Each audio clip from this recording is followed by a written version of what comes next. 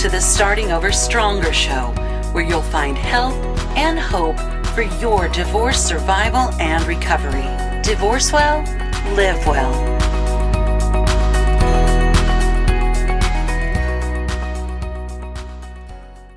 I remember during my whole marriage, I thought, okay, this is terrible. Nobody understands what I'm going through. Nobody in this whole world can ever understand. I know nobody's ever going through this. But when I finally started talking to other women and started just talking to people in general, oh, there's a ton of people out there just like me. And if we'd open up more to with people and not be so secretive about everything in life, then we'd realize there's a network of people that we can help each other out. Hello, and welcome to the Starting Over Stronger show. Thanks for joining us again for more that you love to hear about when you're going through your divorce. This time, we're not talking to a professional about a situation that you're dealing with in your divorce. We're talking with a fellow divorce survivor. Her name is Christina Saavedra, and she is going to be talking to us today just to tell her story about her own divorce and what she's learned from that. And so welcome, Christina. I'll let you start by just telling us a little bit about yourself. Thank you. So I actually was born and raised in Kansas City. I moved to Atlanta following my boyfriend at the time to down there. And then we got married, had children, created a life. And then I ended up moving back here probably around 2018. Left the children down there with their dad. That's what they wanted to do. But so I was down there probably longer than I have been up here. Okay. But I'm back and ready to start my life again. Awesome. Well, thank you again for joining us, and we definitely want to hear more about you and your life, but I appreciate that brief introduction. So let's just start with your divorce. How long ago did you get divorced? It started in 2011 and it finally ended in 2015. So it was about 4 years. Oh, wow. Okay. So we definitely got a lot to break down on that. But Yeah. Then again, it's been 5 years. So where do you want to start? You want to start with the during or the after? Maybe the during would be better. Okay. Well, let's do it. So you had been married for how long? We ended up being married for 20 years in all told. So it was probably 16 when the divorce started. Okay. And you had kids together, I heard you say. We did, 3 children. Okay. And what are their ages at the time of the divorce? Oh gosh, let me think. I want to say maybe 11, 13, and 15. Yes, it was. Yeah. Okay. Very good. And girls, boys? 3 girls. 3 girls. Oh goodness. Okay. Well, so let's just talk about, you filed or did he? He ended up being the one to file. When we would have our arguments, I would tell him many times, I'm on the fence. I know it's what I need to do, but I didn't have the courage, the strength. I don't know what you call it, but I couldn't do it. Yeah. And what was the main thing holding you back? Probably where my mindset was at. He was very good about telling me I'd never find anybody better. He was the best thing for me. And you believe those things. And so, gosh, if I divorce, then what am I going to do? Where am I going to go? He told me I'd be destitute. And so then that played a part in my mind. I didn't want to be destitute. So there were a lot of things that kept me from making that decision that I knew was the right thing to do. Plus, I didn't want my children to go through a divorce, a family that was broken up. Mm-hmm. That was the one thing I wanted, was to keep my family together, and I tried everything I could for as long as I could. Yeah, well, that's very common, and I know I dealt with that myself, so I get it totally. So he filed, and so what kind of transpired from that point that ended up taking 4 years? Oh gosh, just one thing after another. At one point I had to get a protection order against him because he did get physical with me. Paperwork, things kept, it was like the court system kept procrastinating, or even though during the protection order there didn't need to be any kind of holdbacks there, it just seemed like one thing after another, And he kept changing attorneys too. That was another thing. I think he must have had 8 attorneys Oh my gosh. during the divorce process. I didn't even know you could change that often. Yes, exactly. I don't think that reflects well on you when you do that. I mean, that's what I was told. You can change once. Right. But, well, that's what I thought too, but Yeah. no, that didn't seem to put a hindrance on him at all. oh, wow. Okay, so just delay after delay after delay. Were you pretty agreeable, or were the delays as a result of you needing things he didn't want to give? No, I was pretty good with, I didn't ask for alimony. Child support was kind of pretty set in the beginning. So there really wasn't anything that we were fighting about. There was some money that we each came into the marriage with as far as inheritance goes. That wasn't ever really an issue. He was good about, this was hers and this was mine. So we didn't really fight about anything like that. So I don't know. I guess it was just a delay, and he was very bad about getting the paperwork and whatnot for some things. Plus, because the accounts that we're talking about were so old, and those companies had changed hands several times, it was hard to get the actual paperwork from the very beginning to prove one thing or another. Okay. So do you feel like he was stalling things for like on purpose for some reason, or he simply was truly stymied everywhere he went trying to get anything? No, I think he was probably stalling. Because what ended up happening was, our divorce was final in October of 2015. December of 2015, our oldest turned 16. So in January of 16, he started the process of turning the girls against me and convincing them that they should live with him so that he didn't have to pay me child support. So if he got all the children to go live with him, then he wouldn't be paying me. And what ended up happening was, a better deal for him was I ended up having to pay him child support. So gradually in the year of 2016, he got them to sign the election to change their living situation. And he won that year. Wow. So was the reason for that because they just didn't want to move to a different state, or what was the situation with their decision to stay with him? So it started off that he was promising cars and phones and things that I could not provide. I didn't have the income or the job that would provide any of those things. Yeah. But in the very beginning, when the divorce began, that was the first thing out of my mouth was, okay, I'm moving to Kansas City. I'm going to live with my family. And when the mediator said, okay, that's great. Well, he'll have all the holidays and vacations and breaks. And I said, oh, no, I won't be moving anywhere anytime soon. So the moving out of state was never a factor after the very, very beginning.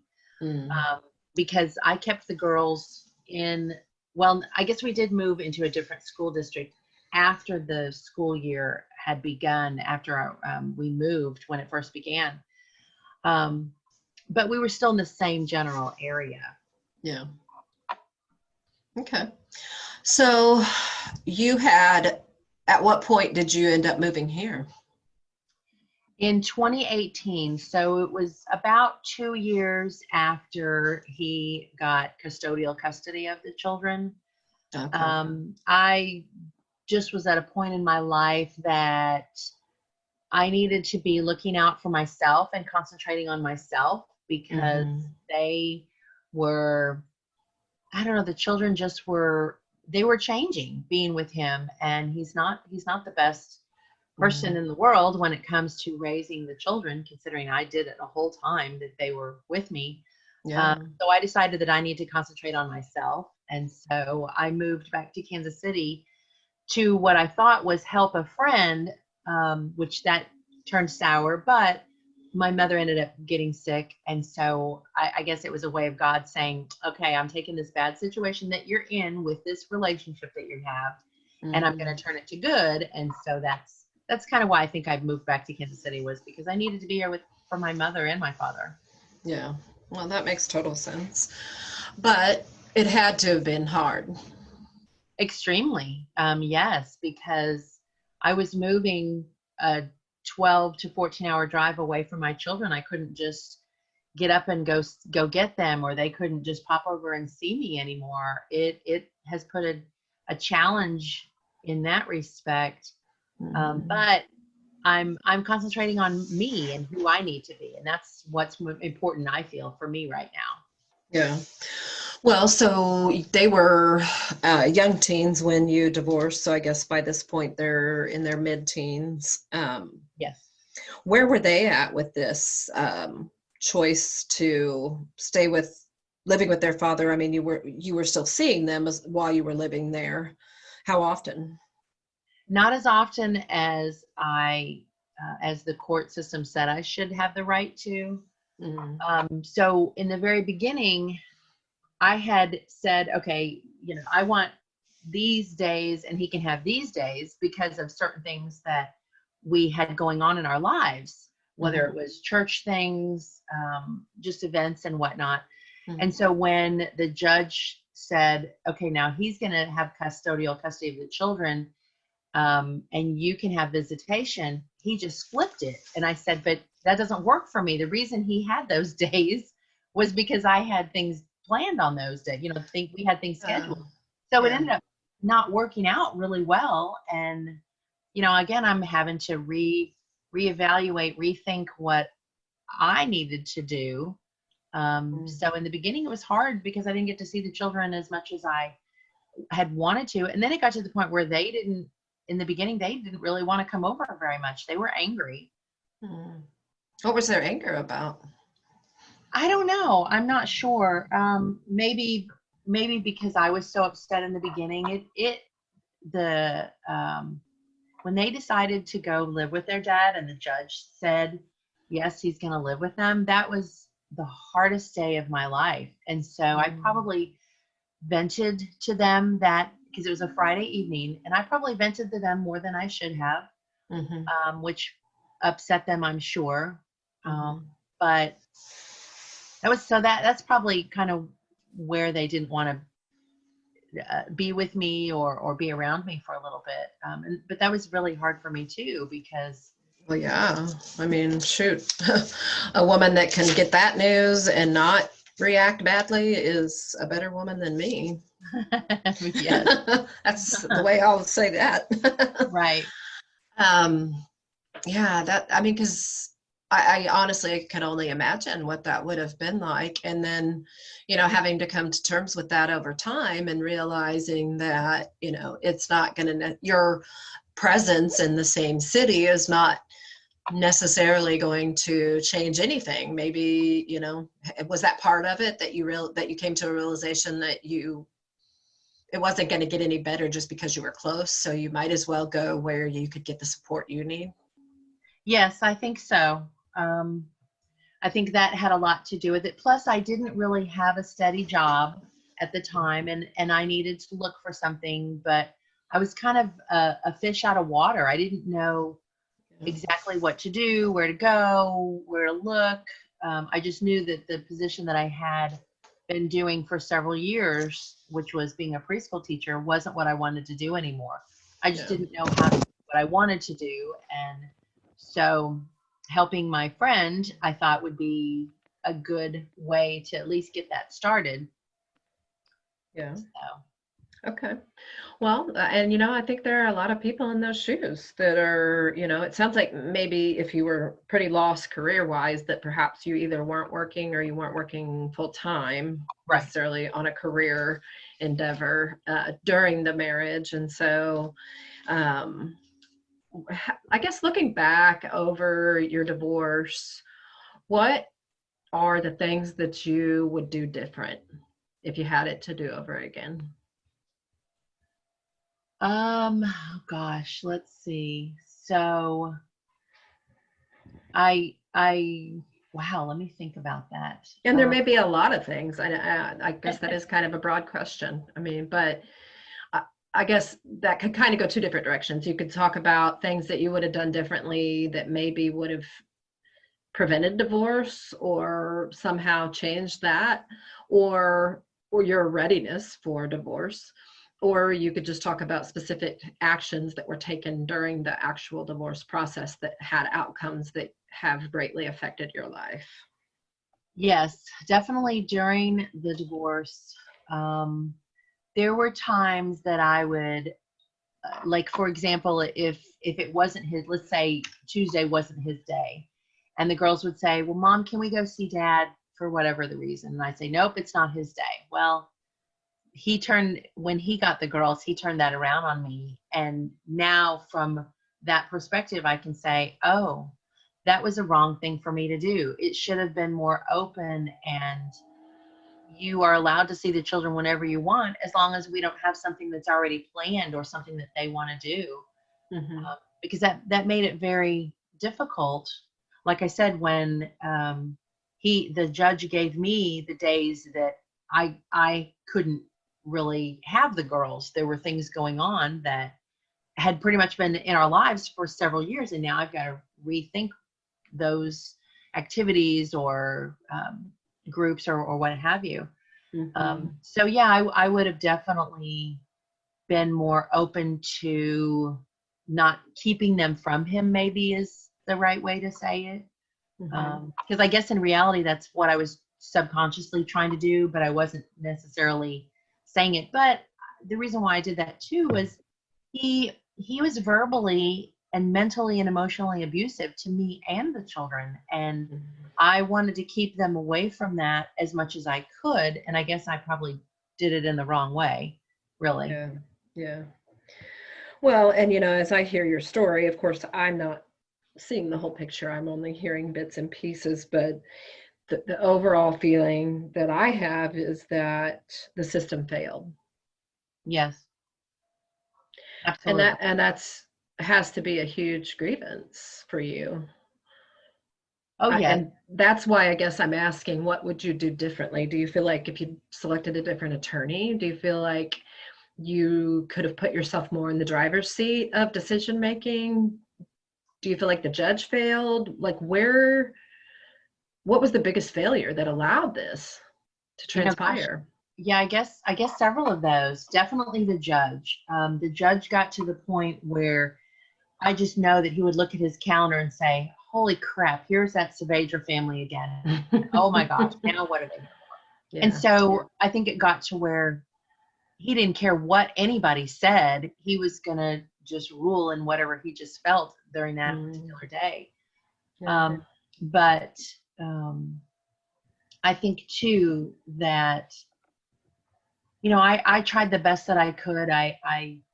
We all make mistakes, and there's lots of things that I wish I could turn back and do differently. But I tried to teach the girls in the best way that I could. I was angry a lot too, and I took that out on them more than I think I should have also. And I think that's what kind of also helped them want to go be with him, even though I thought there's no way a judge is going to let somebody who's had 2 DUIs and a protection order against him have the children. And wow, that isn't true because he certainly got them. That's crazy and not okay. I mean, it's just not okay.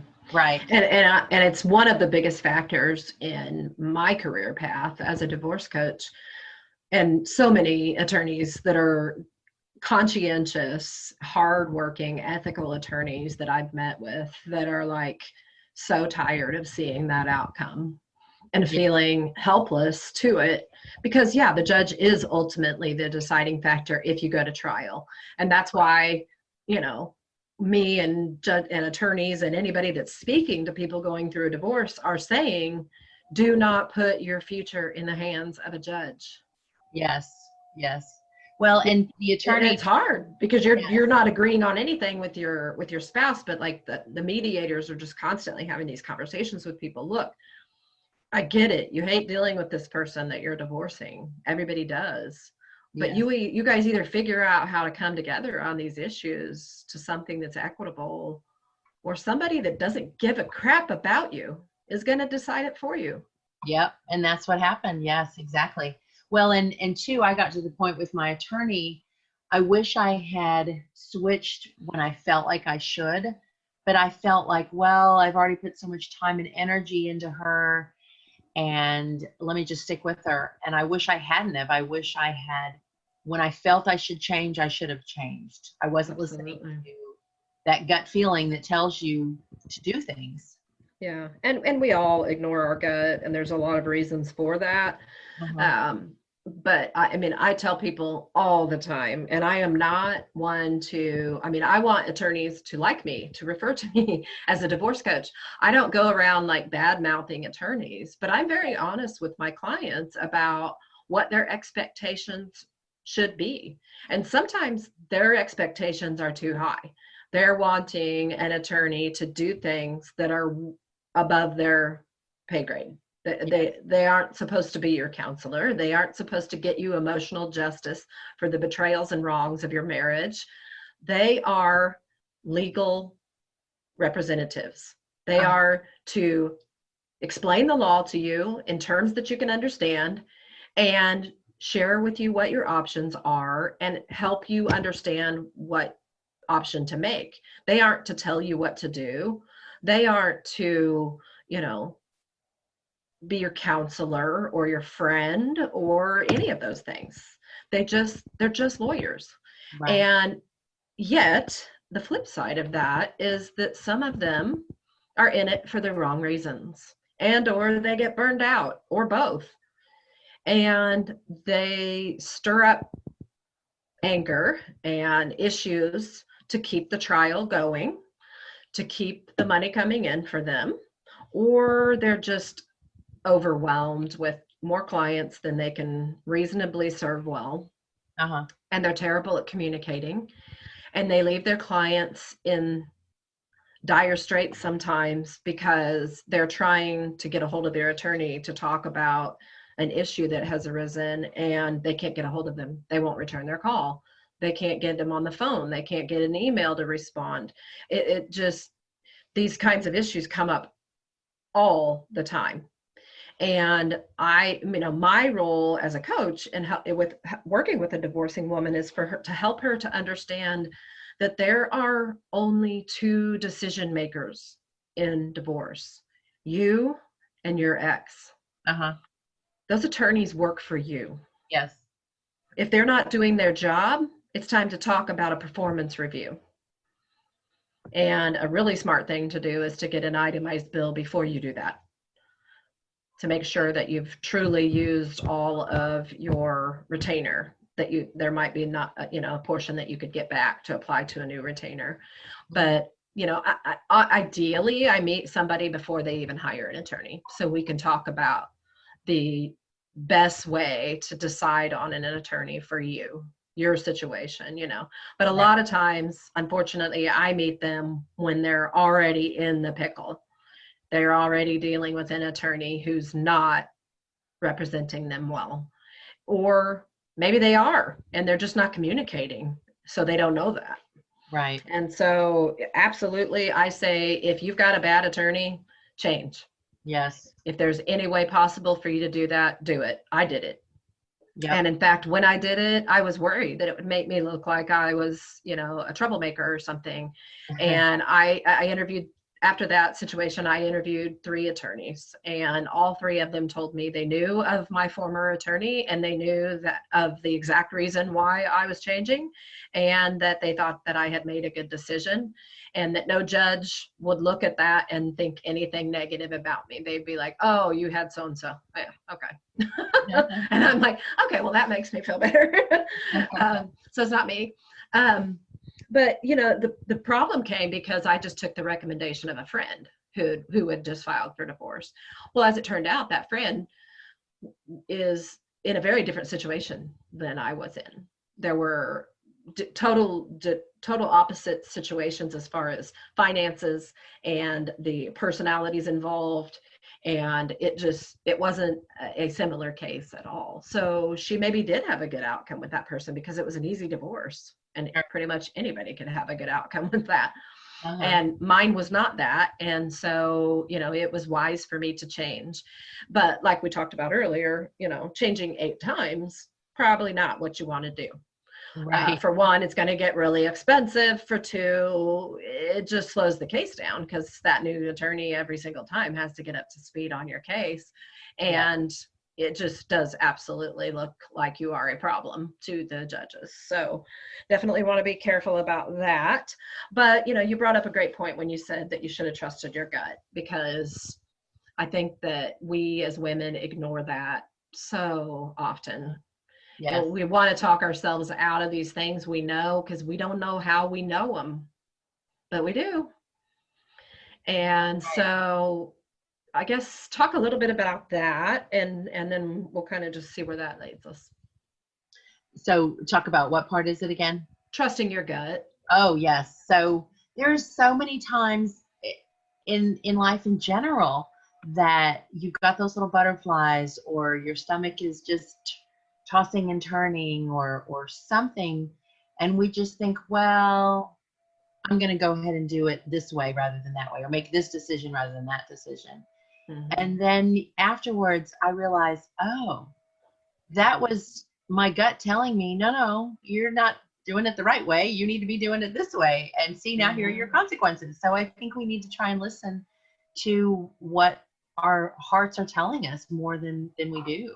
I think part of that too is, well, I don't want to rock the boat, or I don't want to seem negative, or just not following along the way I should. No, it doesn't matter. If it feels like this is how you should be doing it, then that's probably how you should be doing it.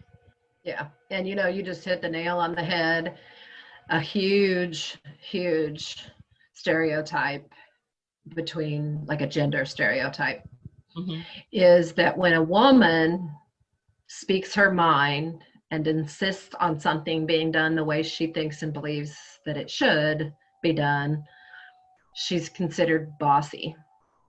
Yes. When a man does the exact same thing, sometimes even more aggressively, he's considered to be a good leader.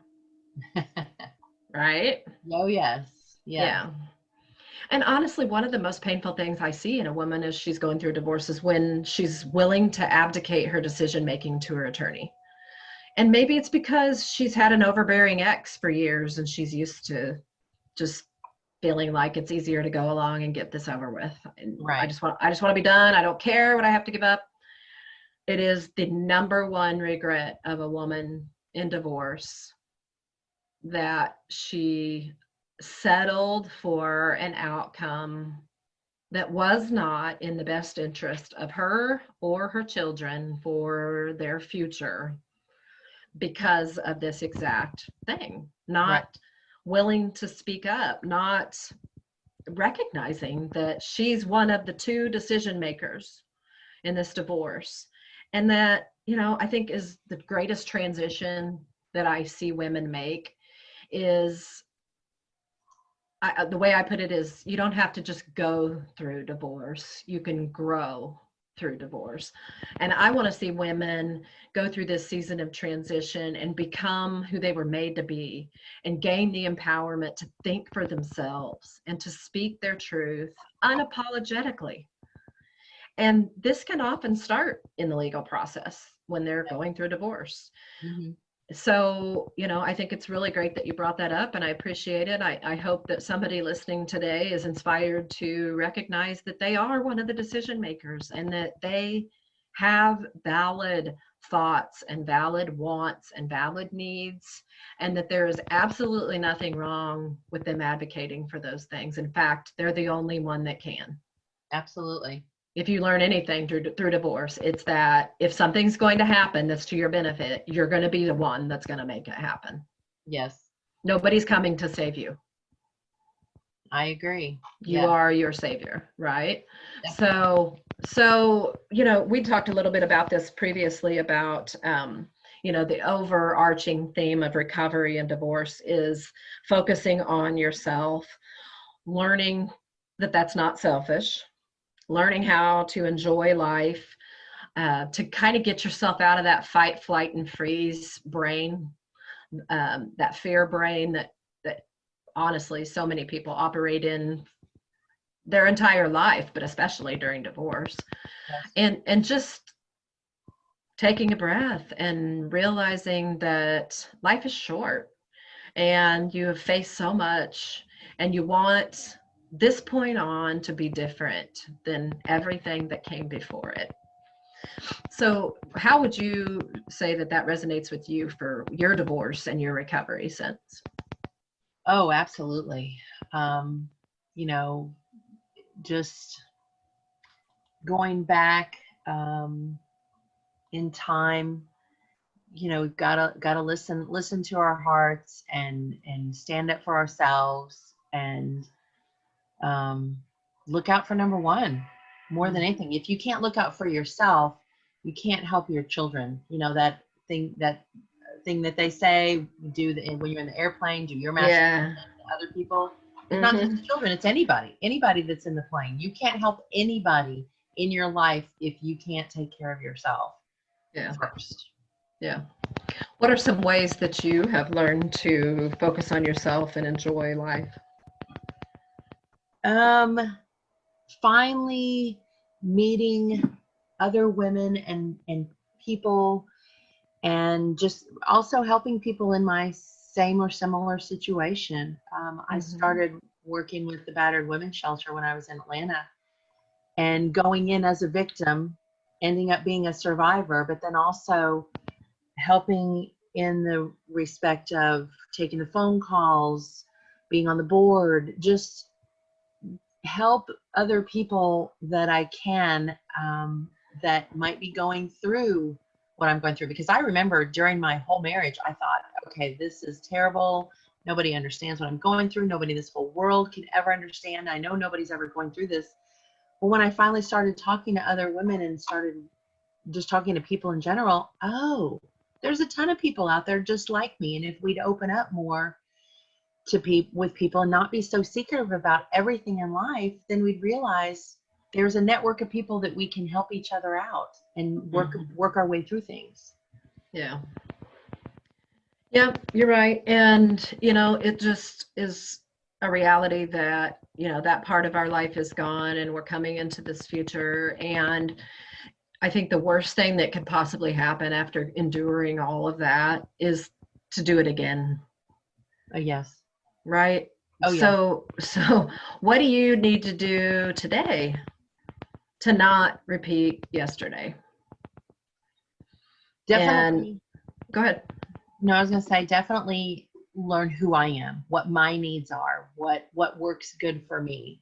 And then watch for those red flags. There are red flags, but it's hard for us to see when we're in love. And I use quotes there because, you know, when you're in the beginning of a relationship, it may seem like puppy love or whatever, but you've just got to look for those things that are telling you, and your gut too, when it says something's not right about this. If you can't figure out what's not right, it doesn't matter. It probably isn't right. You need to listen to that and not worry about figuring out what isn't right, but just move on. So I've definitely tried to take care of myself and learn about myself and who I am, and get those people in my life that want to do the same thing. Yeah. Yep.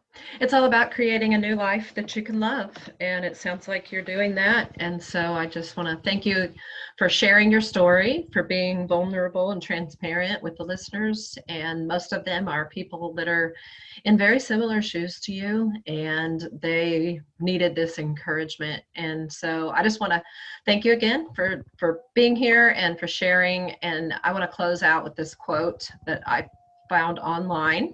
From Brianna Wiest, I don't know how to pronounce that, at the Minds Journal.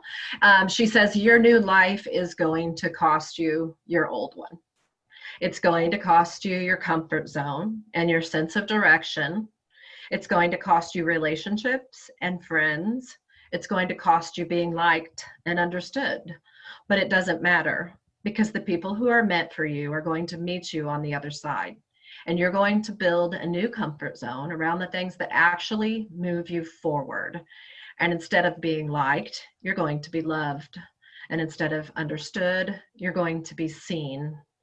All you're going to lose is what was built for a person you no longer are. So let it go. I think that is so powerful, and I think it's just a great place to end. So thank you again, listeners, for joining us here today, and I hope that you're encouraged. We meet you here every Wednesday to share about the things that are important to you as you go through your divorce, including hearing other people's stories to help you set yourself free.